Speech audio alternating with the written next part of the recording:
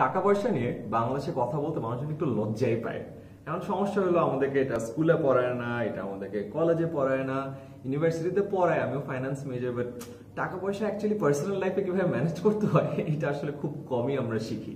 অথচ এই জায়গাটায় আমি যখন দেখি আমার বিদেশি যে ফ্রেন্ডরা আছে তারা অনেক অ্যাডভান্স, তাদের সাথে কথা বললে তারা বলে আজকে এখানে ইনভেস্ট করলাম, কালকে স্টকে ইনভেস্ট করলাম, এখন ক্রিপ্টো নিয়ে গবেষণা করতেছি। আর আমরা যদি বাইরের ইউটিউব চ্যানেলগুলো দেখি তাহলে দেখবো যে এরকম স্কুল কলেজ পড়ুয়া ছেলে পেলেও ইনভেস্টমেন্ট নিয়ে প্রচুর পড়াশোনা করে বা কথাবার্তা বলে। তাদের ফ্রেন্ড সার্কেলে আলোচনাটাই না ডিফারেন্ট। আমাদের আলোচনাগুলো একটু কেমন জানি, ওদের আলোচনাগুলো অনেক অ্যাডভান্সড মনে হয়। সো এই জায়গাটাতে সবার আগে যে জিনিসটা দরকার সেটা হলো মাইন্ডসেট, যে আমরা টাকা পয়সা নিয়ে কথাবার্তা বলবো, মাইন্ডসেটটা দরকার। ইনভেস্টিং এ যাব, মানুষ আগে ভাবতো যে আরে আগে 40-50 বছর হবে রিটায়ারমেন্টে যাব, তারপর জমি জমা কোনো একটা জায়গায় ইনভেস্ট করব। ওই জামানা কিন্তু পাল্টে গেছে। এখন অনেকে ভাবে যে টাকা ব্যাংকে রাখলেই তো হয়, ব্যাংকে রাখলে আসলে হয় না। আপনারা যদি মুদ্রাস্ফীতি দেখেন 6%-এর বেশি, ব্যাংকে বছরে 5% পাওয়া যায়। সো অ্যাকচুয়ালি যদি আপনি ব্যাংকে টাকা রাখেন আপনার ওটা টাকা কিন্তু ভ্যালু কমে যায়, সেটা একটা ঝামেলা। তো যাই হোক, এত কিছুতে যাবো না।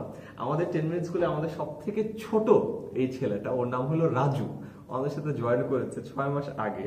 এবং ও একদিন রাতে বেলা খাবার খাচ্ছি আমরা, তো পাশে আমাকে যাবে, ও দেশে বাড়ি যাচ্ছে, এটা ঠিক ঈদের আগের ঘটনা, আমি ঈদের পরে ভিডিও শুট করছি।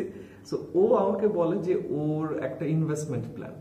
আমি খুব অবাক হয়ে যাই, কি ইনভেস্টমেন্ট প্ল্যান? তো তখন একটা ইনভেস্টমেন্ট প্ল্যান বলে, কারণ আমার না খুব মজা লাগছে যে ও এখনই এত ছোট আর এখন থেকে ওইভাবে চিন্তা করে। তো রাজু, আমি আর ডিটেল বলবো না, তুই আমাকে ওই যে ঈদের আগের দিন রাতে আমাদেরকে যে প্ল্যানটা বলছিলি খাবারের টেবিলে, ওই প্ল্যানটা বল।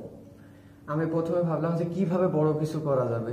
তো আমি এসে ভাইয়া 1 মাস থেকে যখন আমি জয়েন করি, আস্তে ধীরে 6 মাস গেল, 6 মাসের টাকা আমি এক জায়গায় জোগাড় করলাম। কত টাকা?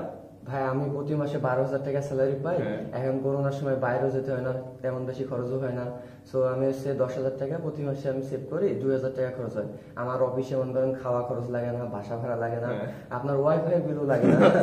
আর বাইরে এখন করোনা গেলেন যাওয়া যাচ্ছে না। তুই 10,000 টাকা প্রতি মাসে 10,000 টাকা সেভ করছিস? জি ভাই, প্রতি মাসে 10,000 টাকা সেভ করে আমার 6 মাসের টাকা আমি এক জায়গায় করেছি। 60,000 টাকা। 60,000 টাকা এক জায়গায়। জাস্ট তুমি বলে নেই, 12,000 টাকা 10,000 টাকাও সেভ করছে। আমি যদি পার্সেন্টেজে কনভার্ট করি তাহলে আমাদের টেনেমস আমার মনে হয় কেউ আছে যে এই এত বাল্ক চাঙ্ক অফ পার্সেন্টেজ টাকা সেভ করতে পারছে। যাই হোক, বাদ দে, তারপরে ঘটনা বল। সো আমি 60,000 টাকা যখন এক জায়গায় করলাম, আমি তখন ভাবলাম যে কি করা যাবে। তো আমার বাসায়, গ্রামের বাসায় আমার বাবা মা আছে। আমার বাবা মা প্রথমে প্ল্যান দিল যে একটা গরু কেনা যাক। একটা গরু কিনে, আব্বা মা যখন বললো যে একটা গরু কেনা যাক, তখন আমি ভেবে নিলাম যে যদি আমি এখন একটা গরু ভাইয়া 60,000 টাকা দিয়ে কিনে দিই, ওই গরুটা 1 বছর পরে ম্যাক্সিমাম 1 লক্ষ টাকা হবে। আর 1 বছরে আমি 10 মিনিট স্কুল থেকে 1 লক্ষ টাকা স্যালারি পাবো। সো ওখানে গরুটা যদি 60,000 থেকে 1 লক্ষ টাকা 1 বছরে হয়, আর আমার 1 বছরের স্যালারি যদি 1 লক্ষ হয়, 2 লক্ষ হয়ে গেল। আগামী বছর তো 2 লাখ টাকা, আগামী বছরে 2 লক্ষ টাকা হলো। ওই 2 লক্ষ টাকা দিয়ে কিন্তু আমি 4টা গরু কিনতে পারবো। 50,000 টাকা করে 4টা কিনতে, 50,000 টাকা করে 4টা স্যালারিও বাড়বে। স্যালারিও বাড়বে। আচ্ছা, সো 2 লক্ষ টাকা দিয়ে যদি আমি 4টা গরু কিনি, তখন আমার বাবা মা গ্রামে চাষ করে। তো ওখানে এসে ভাই জমি আছে, কি খেতে জমি পাওয়া যায়, তো ওই জমিতে যদি আমরা ঘাস লাগাই, ওই ঘাস লাগাই মনে করেন ঘাস কেটে আমার আব্বু নিয়ে আসলো, গরু খাওয়ালো, গা ধোয়াইলো। সো ওটা যদি ফের 1 বছরে 4টা গরু আমি 4 লক্ষ টাকা ইনশাল্লাহ সেল করতে পারবো ভাই। আর 4 লক্ষ টাকা হলে পারে বলুন ভাই, 1 বছরে যদি 4 লক্ষ টাকা গরু থেকে আসে, আবার ফের স্যালারি 1 বছরে আমি 10 করি যদি ধরি ম্যাক্সিমাম, তো ফের 1 লক্ষ টাকা আরো বাড়াবো আমরা শুধু। ঠিক আছে, আবার মনে করেন 1 লক্ষ আমি ধরলাম, আর ওই 1 লক্ষ আর গরু যদি 4টে বসে আমি 4 লক্ষ টাকা দিই, 5 লক্ষ টাকা হয়ে গেল। আর 10টা গরু কিনবি, 10টা গরু হয়ে গেল। আস্তে ধীরে আমি, আমার প্ল্যান আছে ভাই, আমি একটা খামার তৈরি করবো গ্রামের মাঝে। আমার একটা জমিতে বড় দেখে একটা ফার্ম মতো তৈরি করবো। এটা আমার ছোট থেকে প্ল্যান, বাট আমি চাকরি পাওয়ার পরে আমার মনে হয় এটা সব জায়গায় যে এটা আমি আস্তে ধীরে করতে পারি। আমি তো এই স্যালারি আমার প্রতি মাসে কম বেশি ভালো টাকা পাই। তো এটা যদি আমি ছোট থেকে এখন ইনভেস্ট করতে করতে যদি আমি এটা বড় পর্যায়ে যেতে চাই ইনশাল্লাহ এক সময়। Very good. তোর বয়স কত? ভাই আমার বয়স এখন 17 বছর চলছে। 17 বছর? ডিসেম্বর 18 পড়বে। ডিসেম্বর 18 পড়বে। তোর এই বয়সে তুই এত কিছু চিন্তা করছিস? হ্যাঁ আমি গ্রামে ছিলাম তো, গ্রামে মনে করেন অনেক কিছুই মাথার মধ্যে ভাবতো, কিন্তু তো তখন করার কোনো পরিস্থিতি ছিল না, তখন টাকা আসতো না। এখন ঢাকাতে এসেছি, তো একটা চাকরি করছি, এখন মাস শেষে একটা স্যালারি পাচ্ছি, এটাকে অনেক কিছু করতে মন চায় দিন শেষে। এখন দিন শেষে যখন বসি এটা করতে যাবো ওইটা করতে যাবো, আমার তো বেশি টাকা লাগবে, টাকা তো আমার নাই বেশি। তো আমি ভাবলাম যে আমি যদি একটা গরু ফার্ম দিই, 5 বছর পরে ইনশাল্লাহ আমার হচ্ছে খামারে প্রায় 50 থেকে 100টা গরু থাকবে, আর মাস শেষে প্রতি মাসে ভালো টাকা আসবে।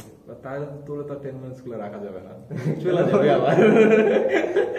ওই দিন একটা মজা করাটা বলছে, আমি ওরে জিজ্ঞাসা করছিলাম যে তোর যে গরুটা কিনবি গরুর নাম কি দিবি, ও বলছে 10 মিনিটস। কারণ ভাই আমার শুরু থেকে এটা 10 মিনিট স্কুল থেকে টাকাটা জমানো থেকে মানে আমার বিজনেস শুরু। হ্যাঁ এই বিজনেসটা দাঁড় করাতে পারলে পরে আমি বড় হয়ে বলবো যে আমার এই পুরো প্ল্যান আমার আজকের এই বড় হওয়ার আসুন 10 মিনিট স্কুল। এটার পরে একটা খুব মজার ঘটনা করছে, ওই দিন রাতের বেলা আমরা আছি, ওটা লাস্ট অথবা সেকেন্ড, তার আগে বাসা চলে গেছে, সেকেন্ড অথবা থার্ড লাস্ট ডে ছিল ঈদের আগে। এন্ড তারপর আমরা ডিসাইড করা শুরু করলাম যে আমরা ইনভেস্টর হবো। আমাদের মাথায় সাডেনলি প্ল্যান আসলো, আমরা তো ইনভেস্টমেন্টের কথা চিন্তাও করি নাই। আমি টাকা পয়সা ইনকাম করি কত, আমার ইউনিভার্সিটি ফার্স্ট ইয়ার থেকে, আমার সেভিংস এর কথা চিন্তা করলে খুব খারাপ অবস্থা হবে। সো কোনো কিছুই করি না। আশেপাশে সবাই বলে আচ্ছা রাজু, আমরা যদি টাকা তোকে দিই 50,000 করে ইনভেস্ট করি তাহলে কত % প্রফিট দিবি।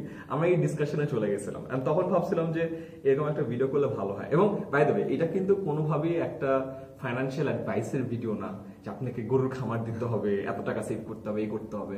এইটা জাস্ট একটা আইডিয়া দেয়। কারণ আমি যখন রাজুর কথা শুনছিলাম তখন আমার কাছে মনে হচ্ছে যে আরে এত ছোট বয়সে ওর যে ইনভেস্টমেন্ট মাইন্ডসেটটা আছে এটা তো আমার মধ্যে নাই। আমি তো ইনভেস্টমেন্টের কথা চিন্তা করতেছি না। আমি ভাবছি ব্যাংকে টাকা আছে, টাকা তো বড় হচ্ছে, টাকা তো আসলে বড় হচ্ছে না, টাকা উল্টা ডিভ্যালুড হচ্ছে, রাইট? সো এই ইনভেস্টমেন্ট মাইন্ডসেটটা যদি আমাদের মধ্যে আসে তাহলে দেখা যাবে যে অনেক কিছু বের করে ফেলবো। এন্ড এগেন গরুর খামার দেয়া কিন্তু এই ভিডিওর উদ্দেশ্য না। এই ভিডিওর উদ্দেশ্য হলো এই জিনিসটা একটু মনে করা যে আচ্ছা এইভাবেও তো চিন্তা করা যায়। আমি চাই যেভাবে আপনারা চিন্তা করেন, এন্ড স্পেশালি যারা ছোট আছে, যারা কিনা আর্লি 20s-এ আছে কিংবা কলেজে পড়ে বা ইউনিভার্সিটি নতুন ভর্তি হচ্ছে, এখন থেকে প্ল্যান করো। যে যত আর্লি ইনভেস্টমেন্টের জার্নিটা শুরু করে, কম্পাউন্ড ইন্টারেস্টকে বলা হয় পৃথিবীর 8th ওয়ান্ডার, কম্পাউন্ডিং বা দ্য পাওয়ার অফ কম্পাউন্ডিং। এটা যখন আস্তে আস্তে কাজ করা শুরু করে, তুমি যখন 40 বছরে যাবা দেখবা যে একটা বিশাল অঙ্কের টাকা সেভ হয়ে গেছে। তাই সেটাই ছিল ভিডিওর উদ্দেশ্য। যদি ভালো লেগে থাকে এন্ড রাজুর আইডিয়াটা যদি জমে থাকে তাহলে ভিডিওটা প্লিজ শেয়ার করবেন এন্ড আপনাদের আশেপাশের মানুষদেরকেও জানাবেন যেন তারাও এখন থেকে ইনভেস্টমেন্ট মাইন্ডসেটে থাকে। Thank you so much. আসসালামু আলাইকুম।